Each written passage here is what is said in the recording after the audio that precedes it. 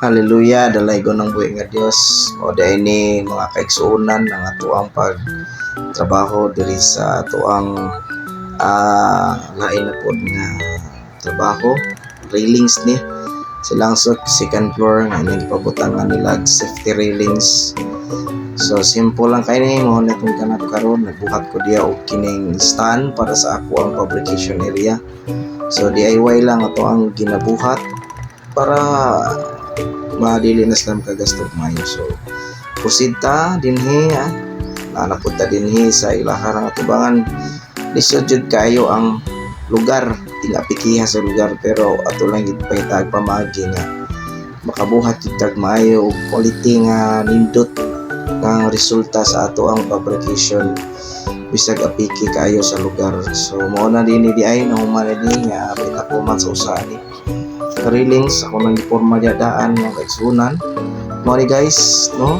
Dali ra jud kayo ang ato ang trabaho, basta mulaban lang kita sa ato ang amo nga nagpatrabaho sa ato So dili na to patay-patayo ng oras.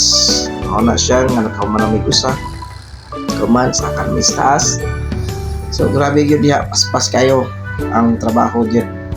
Duha pa na kaadlaw pero natuyok na namo ang ilahang panimalay sa frame nga, pero ang sa design sa railing simple lang siya, vertical siya rin. At least nga nindot po siya, hindi po siya common nga style.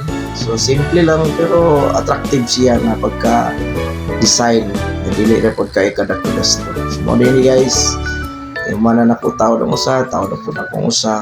So hapit na dahil ni siya mahuman. Grabe kayo gyud ang amo pod, nitabang pod og assist sa ato ang trabaho. So diha no mana tapos lang ato ang panabaho, tapos putas pikas diri skilid, patuyok pa di silang balayo guys, tubangan sa kilid ug sa luyo kini paingon na ni silang sulod. So tiwaso na lang ni siya by next week. So update lang tamo guys sa finish project ni o atang-atangin ninyo. Amping mo riya kanunay. God bless. Ako magaingon kaninyong tanan nga nagpadayon sa pagsuporta sa ato ang mga video. Ang panalangin, protection ug pabor magpabilin sa inyong kinabuhi. God bless. Thank you for watching.